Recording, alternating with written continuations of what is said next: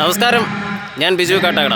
എല്ലാവർക്കും പുതിയൊരു വീഡിയോയിലേക്ക് സ്വാഗതം. ഞാനിന്ന് നിൽക്കുന്നത് ചെങ്കൽ മഹേശ്വരം ശിവപാർവതി ക്ഷേത്രത്തിലാണ്. അപ്പോൾ ആ ക്ഷേത്രത്തിലെ കുറച്ച് കാഴ്ചകളും എനിക്കറിയാവുന്നതും ഞാൻ മനസ്സിലാക്കിയതുമായിട്ടുള്ള കുറച്ച് കാര്യങ്ങൾ നിങ്ങളുമായിട്ട് പങ്കുവയ്ക്കാനാണ് ഈ വീഡിയോയിൽ ഉദ്ദേശിക്കുന്നത്.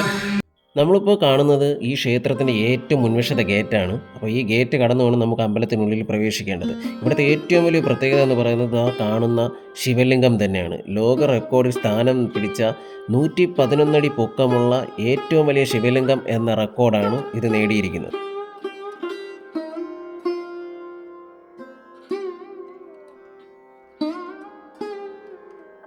തിരുവനന്തപുരം ജില്ലയിലെ ഒരു പ്രധാന ഹൈന്ദവ ക്ഷേത്രമാണ് ചെങ്കൽ ശിവപാർവതി ക്ഷേത്രം. പരശുരാമൻ പ്രതിഷ്ഠ നടത്തിയ 71 ക്ഷേത്രങ്ങളിൽ ഒന്നാണിത്. ഈ ക്ഷേത്രത്തിൻ്റെ പ്രധാന പ്രതിഷ്ഠ പരമശിവനാണ്. കൂടാതെ പാർവതി, സുബ്രഹ്മണ്യൻ, ശാസ്താവ്, നാഗദേവങ്ങൾ എന്നിവരുടെ പ്രതിഷ്ഠകളും നമുക്ക് ഈ ക്ഷേത്രത്തിൽ കാണാൻ കഴിയും. ക്ഷേത്രത്തിൻ്റെ വിശേഷ ദിവസങ്ങളെന്ന് പറയുന്നത് ശിവരാത്രി, വിഷു, തിരുവാതിര എന്നിവയാണ്. ഈ വിശേഷ ദിവസങ്ങളിൽ ധാരാളം ഭക്തജനങ്ങളാണ് ഈ ക്ഷേത്രം സന്ദർശിക്കുന്നത്.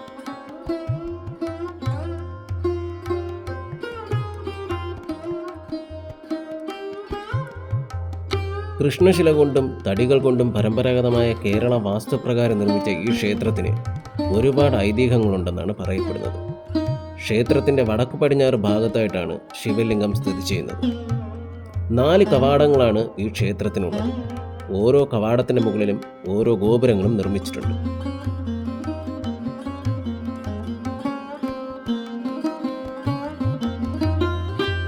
പ്രധാന ഗോപുരവാതിൽ കിഴക്കുവശത്താണ്. മനോഹരമായ കൊത്തുപണികളുള്ള ഇരുനിലയാണ്. ഗോപുരവാതിലിനെ കാവലിൽ നിൽക്കുന്നത് പോലെ 2 ഗജവീരന്മാരെ ഇവിടെ നിർമ്മിച്ചിട്ടുണ്ട്. മനോഹരമായ വാസ്തുവിദ്യകൾ കൊണ്ട് സമ്പന്നമായ ഈ ക്ഷേത്രം കേരളത്തിലെ മറ്റു ക്ഷേത്രങ്ങളെക്കാൾ ചില വ്യത്യാസങ്ങൾ ഈ ക്ഷേത്ര നിർമ്മിതിയിൽ കാണാം. വിശാലമായ ചുറ്റുമതിലും 70 തൂണുകളോടും കൂടിയ നമസ്കാര മണ്ഡപവും നമുക്ക് ഈ ക്ഷേത്രത്തിൽ കാണാൻ കഴിയും. ഇവിടുത്തെ തൂണുകളിലെല്ലാം പുരാതന കഥാസന്ദർഭങ്ങളാണ് കൊത്തിവെച്ചിട്ടുള്ളത്. ഇതുകൂടാതെ ശിലയിലും തടിയിലും കൊത്തിയെടുത്ത മറ്റു പല രൂപങ്ങളും നമുക്കിവിടെ കാണാം.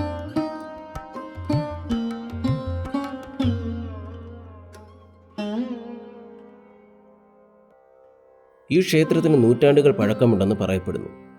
പണ്ടുകാലത്ത് ഇവിടെ ഒരു യോഗീശന്റെ സമാധി ഉണ്ടായിരുന്നുവെന്നും പിന്നീട് അന്നത്തെ പൂർവികർ ക്ഷേത്രം നിർമ്മിച്ച് ശിവനെയും പാർവതിയെയും ഗണപതിയൊക്കെ പ്രതിഷ്ഠിച്ച് പൂജകൾ നടത്തി വന്നതായും പിന്നീട് ആ ക്ഷേത്രം പ്രകൃതിക്ഷോഭത്തിൽപ്പെട്ട് മണ്ണിനടിയിൽ പെട്ടുപോയതായും പറയപ്പെടുന്നു.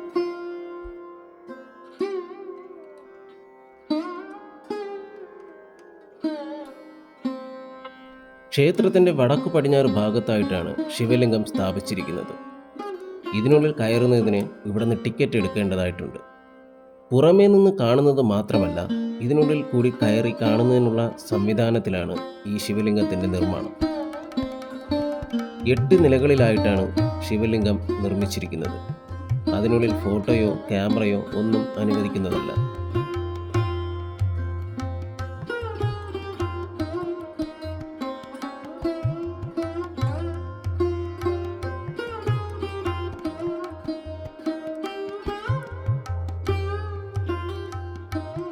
ഈ ക്ഷേത്രത്തിലെ ശിവലിംഗം ലോകത്തിലെ തന്നെ ഏറ്റവും വലിയ ശിവലിംഗം എന്ന റെക്കോർഡ് തന്നെ നേടിയിട്ടുണ്ട്. 111.2 അടിയാണ് ഈ ശിവലിംഗത്തിൻ്റെ പൊക്കമെന്ന് പറയുന്നത്.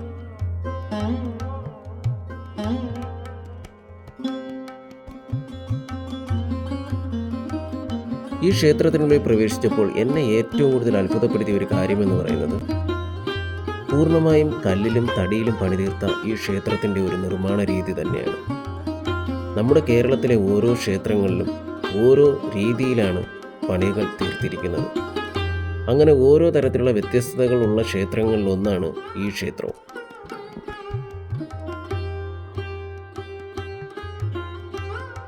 ഈ ക്ഷേത്രത്തിനുള്ളിൽ പ്രവേശിക്കുമ്പോൾ മറ്റൊരു പ്രത്യേകതയാണ് ഇവിടുത്തെ ഒരു പോസിറ്റീവ് എനർജി തരുന്ന ഒരു സമാധാനമായ ഒരു അന്തരീക്ഷം എന്ന് പറയുന്നത്. നിങ്ങളുടെ ജീവിതത്തിൽ ഇതുവരെ വരാത്ത ഒരു വ്യക്തിയാണെന്നുണ്ടെങ്കിൽ തീർച്ചയായും ഒരു തവണയെങ്കിലും ഈ ക്ഷേത്രത്തിൽ വന്ന് ഇതൊന്ന് എക്സ്പീരിയൻസ് ചെയ്യണമെന്നാണ് എൻ്റെ അഭിപ്രായം. ഞാനൊരു തിരുവനന്തപുരത്തുകാരനായിരുന്നിട്ട് പോലും എൻ്റെ ജീവിതത്തിൽ ആദ്യമായിട്ടാണ് ഞാൻ ഈ ക്ഷേത്രത്തിനുള്ളിൽ പ്രവേശിക്കുന്നത്.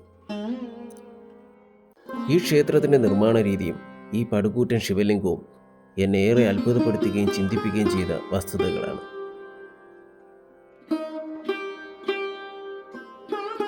തിരുവനന്തപുരം ജില്ലയിലെ നെയ്യാറ്റിൻകരയ്ക്ക് സമീപത്താണ് ഈ ക്ഷേത്രം സ്ഥിതി ചെയ്യുന്നത്.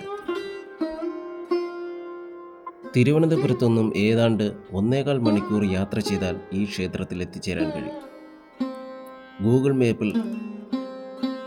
മാപ്പിൽ ചെങ്കൽ മഹേശ്വരം ശിവപാർവതി ക്ഷേത്രം എന്ന് സെർച്ച് ചെയ്തു വന്നാൽ നിങ്ങൾ കൃത്യസ്ഥലത്ത് തന്നെ എത്തിപ്പെടാൻ സാധിക്കും.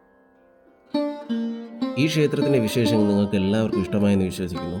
അപ്പോൾ നിങ്ങൾക്ക് ഇഷ്ടമായെങ്കിൽ തീർച്ചയായും നിങ്ങളുടെ സപ്പോർട്ട് കൂടെ ഉണ്ടാവണം. അപ്പോൾ മറ്റൊരു വീഡിയോയുമായി കാണുന്നതുവരെ നന്ദി, നമസ്കാരം.